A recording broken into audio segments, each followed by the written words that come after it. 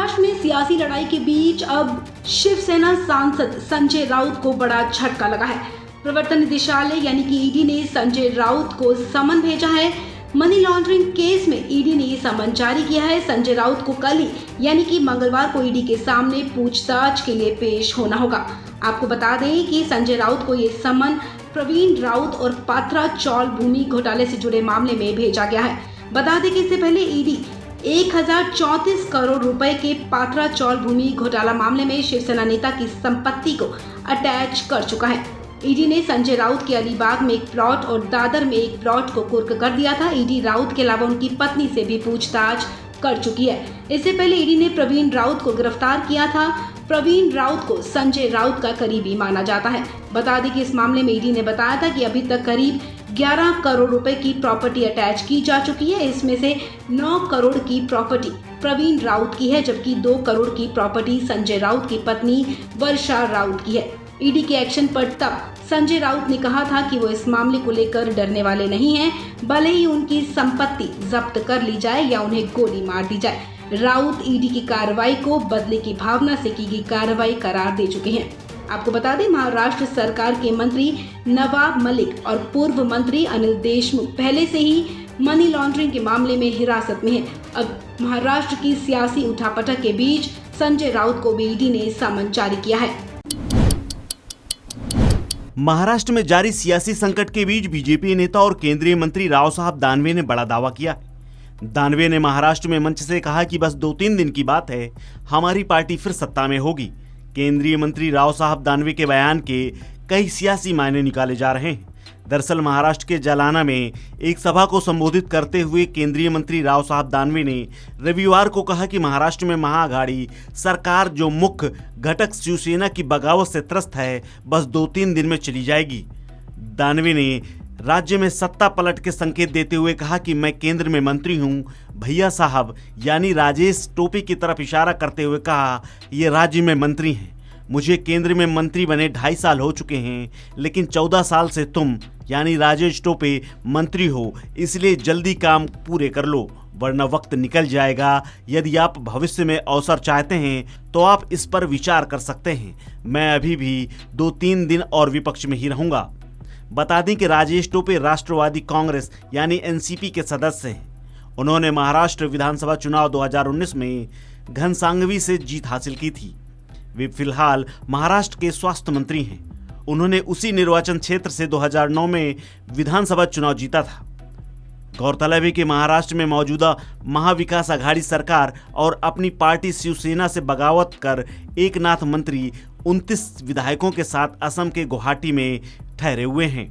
वहीं उनके साथ 9 निर्दलीय विधायक भी होटल में मौजूद हैं।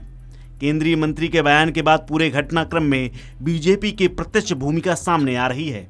पहले सूरत, फिर असम और अब महाराष्ट्र में बीजेपी नेता ने स्पष्ट संकेत दे दिए हैं कि वे आने वाले दिनों में सत्ता में आने वाले हैं।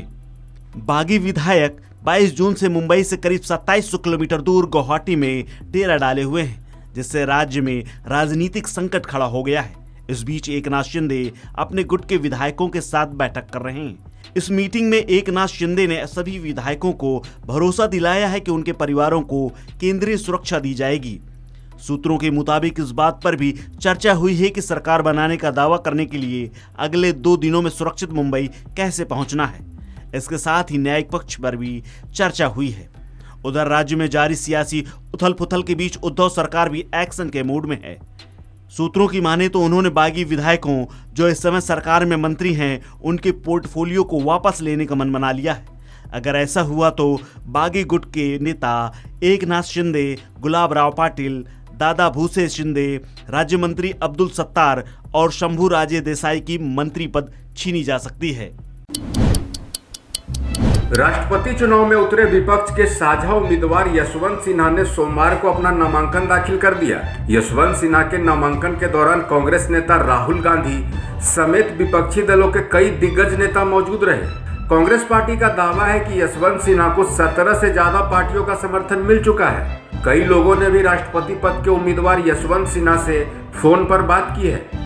यशवंत सिन्हा की उम्मीदवारी पर विपक्षी दलों ने दावा किया है कि उनके पास जीत सुनिश्चित करने के लिए समर्थन है।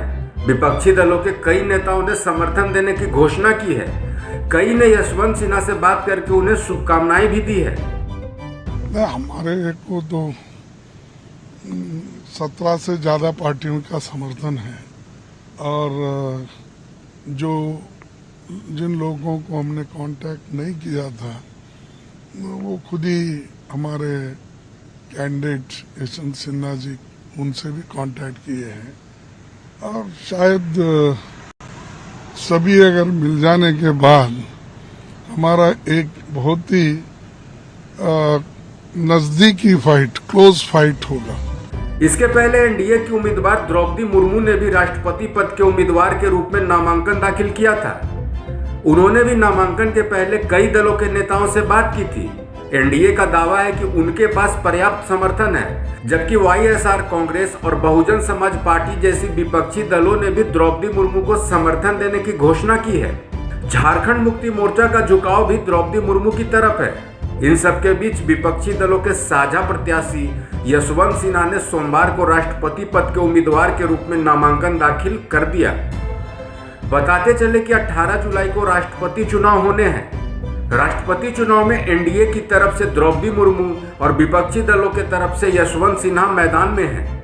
राष्ट्रपति चुनाव में संख्या बल के आधार पर एनडीए मजबूत स्थिति में है। एनडीए के उम्मीदवार को बीजू जनता दल और आंध्र प्रदेश में सत्तारूढ़ वाईएसआर कांग्रेस जैसे दलों ने भी समर्थन दिया है। अग्निपथ योजना के तहत सेना भर्ती के ऐलान के साथ ही देश भर में हिंसक विरोध प्रदर्शन देखने को मिले थे। विपक्षी पार्टियों सहित कई लोगों ने इस नई भर्ती योजना का विरोध भी किया था। हालांकि सेना ने बाद में साफ किया था कि अग्निपथ योजना को किसी हाल में वापस नहीं लिया जाएगा, जिसके बाद नोटिफिकेशन भी जारी किए गए और वायुसेना भर्ती के लिए रजिस्ट्रेशन खोल दिए गए।